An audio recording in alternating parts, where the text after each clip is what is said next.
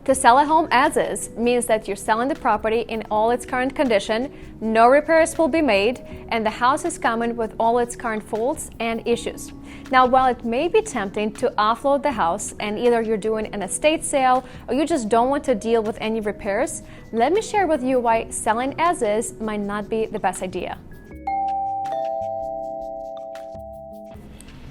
My name is Matichyn. I'm a top producing real estate broker in Chicago and suburbs.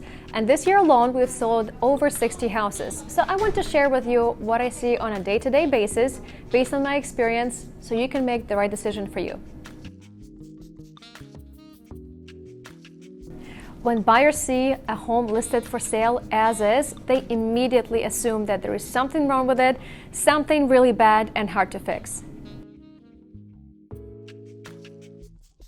As a result, buyers will bring you lowball offers thinking you're desperate, and then you will have to work very hard to break that negative assumption and convince buyers that your home is worth paying for. Many people may be simply turned away from the as-is listing and simply won't even come to see it. Before you list your house as is, talk to a good realtor like me. So in my experience, I offer my clients 3 different solutions. Number 1 is that we do minor cosmetic updates, fresh coat of paint, or exterior updates to spruce up the curb appeal.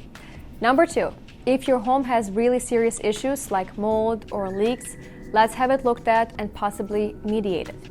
And number 3, if your home is just outdated, we'll leave it the way it is, disclose what we know about the house, and have the buyers come in and do their own updates.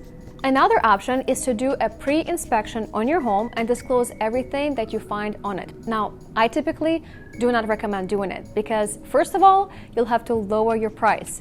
And yes, your agent can position the property as a great opportunity for investors or people looking for a fixer-upper opportunity.